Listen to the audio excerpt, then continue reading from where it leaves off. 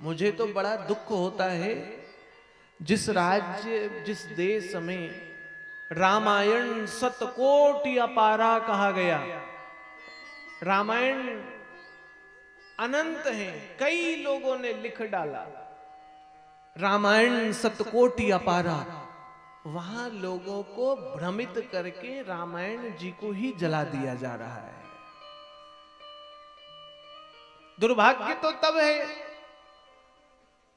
जो नाम से स्वामी है, वस्त्र से स्वामी नहीं है, आचरण से स्वामी नहीं है, नाम से स्वामी है। और स्वामी कह करके राम जी की महिमा न जान करके राम को पाखंड बताना और रामचरितमानस को महिला विरोधी बता करके बड़ी राजनीति चल रही है। आप सब न्यूज चैनल तो देखते ही होंगे, कहीं रामायण जी जलाए जा रहे हैं, कहीं राम का अपमान किया जा रहा है। उन्हें रामायण जी ढोंग लगता है, उन्हें श्री हनुमान जी की महिमा ढोंग लगती है, उन्हें श्री हनुमान जी का पराक्रम ढोंग लगता है। उन्हें इसका ज्ञान नहीं है कि हनुमान जी पवन पुत्र हैं, वायु में भी उड़ सकते थे। हमारे शास्त्रों में, दर्शनों में अनेक विद्याओं की गुणगान कही गई। पर कायागमन विद्या, अनेक विद्याओं के विषय में बताया गया कि विद्याएं कई सारी हैं और अलग अलग विद्याओं में निष्णात हैं लोग। आजकल मध्य प्रदेश के छतरपुर से बागेश्वर महाराज जी बड़ा भारत में प्रचार कर रहे हैं विद्याओं का, उन्हें ढोंग बता दिया जाता है। ऐसा नहीं है, विद्याएं हैं, हम नहीं जानते। अब समझने की बात है, अग्नि को प्रज्वलित करने के लिए हमने देखा माचिस से जलती है,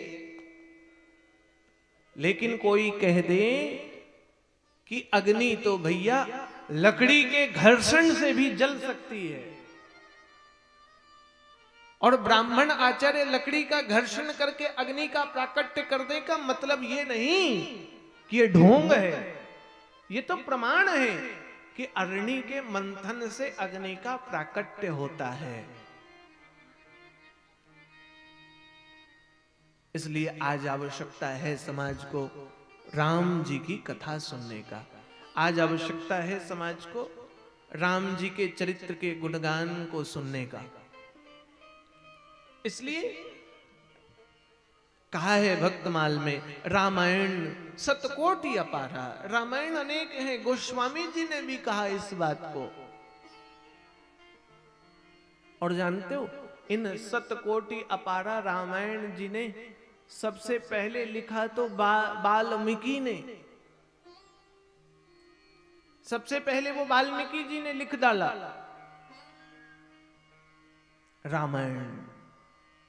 एक चीज आपको पता है, केवल तुलसीदास द्वारा रचित ग्रंथ को रामचरित मानस कहा गया है। जिसको गोस्वामी जी ने लिखा, जिसको बाबा गोस्वामी जी ने लिखा, उस पुस्तक को रामचरित मानस कहा। बाकी जितने भी रामायण लिखे गए ना, उनको रामायण कहा गया। कंब रामायण, रामायण, जिन्होंने भी लिखा उन्होंने रामायण लिखा, और गोस्वामी जी ने जो लिखा वो रामचरित मानस लिखा। एक बार जानते हो, ये रामायण जी का लेखन हनुमान जी ने भी कर दिया।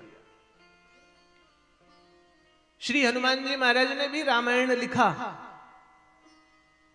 और हनुमान जी ने पत्थरों पर रामायण लिख दी। वाल्मीकि जी की रामायण तो त्रिकालदर्शी थे, है ना, कि हमारे गुरुदेव सब कुछ जानते हैं।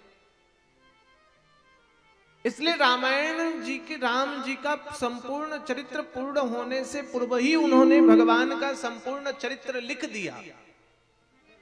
उन्होंने सारा चरित्र लिख दिया।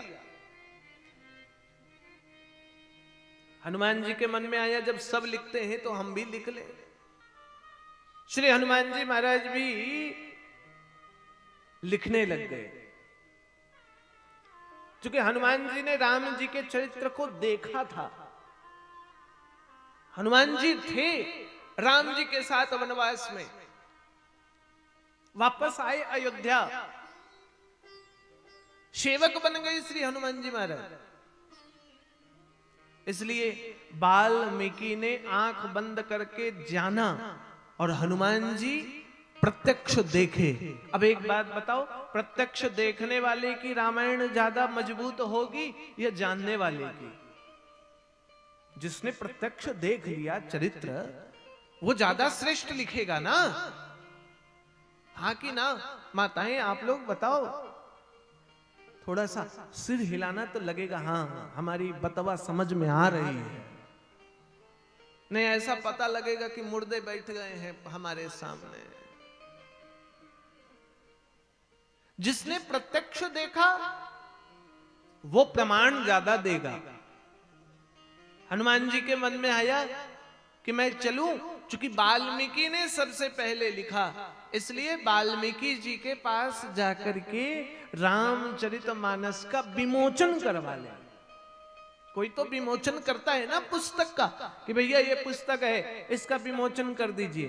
कुछ तो हमारी किसी भी पुस्तक को पढ़ना तो उसके सामने कोई पुस्तक की महिमा लिखता है, बहुत बढ़िया पुस्तक है, इस पुस्तक में ये लिखा ये लिखा ये लिखा ये लिखा, और फिर पुस्तक में उनका हस्ताक्षर होता है। राम जी पहुंच गए वाल्मीकि जी के पास सारे पत्थरों को लेकर।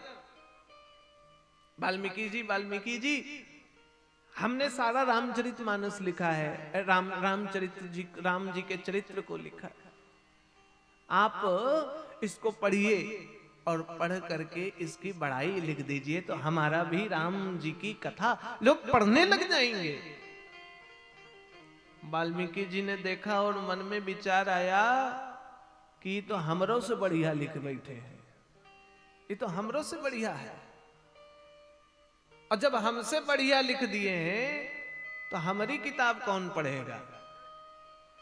कहे देखो हनुमान जी, हम विमोचन तो कर देंगे, आपके राम जी के चरित्र की कथा पर हस्ताक्षर कर देंगे, लेकिन एक शर्त है, मैं जो कहूंगा वो बात आपको माननी होगी।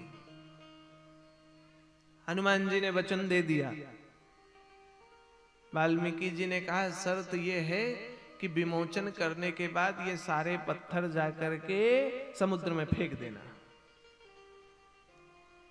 अब भैया बात वचन की हो गई, विमोचन हो गया, वो पत्थरों की शिला पर लिखी रामायण हनुमान जी ने समुद्र पर बहा दी। उदास हो गए हनुमान जी महाराज। भगवान ने कहा क्यों हनुमान उदास हो? कहने लग गए मैंने जो चरित्र को लिखा ना वो चरित्र तो सब जल में समा गया। भगवान ने कहा चिंता मत करो, ये वाल्मीकि का अगला जन्म होगा और हनुमान जी आपने जो चरित्र वाल्मीकि जी ने पढ़ा ना वो उनके हृदय में प्राकट्य होगा और यही वाल्मीकि गोस्वामी तुलसीदास बनेंगे और लिख डालेंगे राम चरित मानस की रचना कर देंगे। वही है बाबा तुलसीदास जी। और ये प्रसंग मैं ऐसे ही नहीं कह रहा हूं, ब्रज के बहुत अच्छे संत हुए नाभादास जी, श्री नाभादास जी संत हुए ब्रज के। भक्तमाल की कथाएं लोग कहते हैं, मलुकपीठ वाले महाराज जी भक्तमाल की ही कथा कहते हैं। श्री राजेंद्र दास जी महाराज बड़े बड़े संत वृंदावन के भक्तमाली जी महाराज के नाम से प्रसिद्ध है श्री नाभादास जी। उन्होंने भक्तमाली की कथा में ये वखान किया है कि वही है गोस्वामी जी। कौन? जो वाल्मीकि हैं। पूछा किसी ने, रामचरित लिखा लेकिन फिर लिख दिया रामचरित मानस। ये मानस क्यों लिख दिया? आखिर मानस क्यों है? ये मानस से क्या तात्पर्य है? तो बाबा बोलते हैं रामचरित मानस एहि नामा रामचरित मानस यही नामा रामचरित मानस एहि नामा रामचरित मानस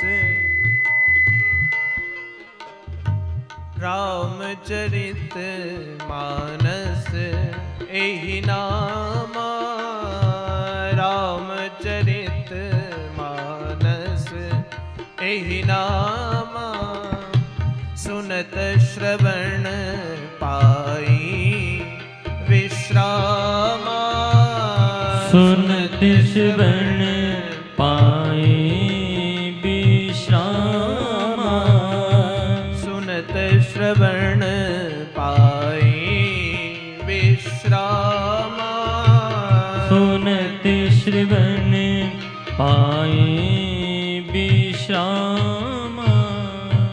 साउंड वाले भैया नीचे से तो बंद मत करो, यहां ये बंद कर लेंगे। आप नीचे से बंद करोगे, राम जी की कथा हर 5 मिनट में चौपाई गाएंगे। और बेंजियो की आवाज बढ़ा के रखो। ठीक है महाराज। बाबा कहते हैं रामचरितमानस एहि नामा, इसका ग्रंथ का नाम क्या है? रामचरित मानस। सुनत श्रवण पाई विश्रामा, जो इसको सुनता है ना उसको विश्राम मिल जाता है। कैसा विश्राम? कौन सा विश्राम? किस बात का विश्राम? तो बाबा ही कहते हैं रामचरितमानस में,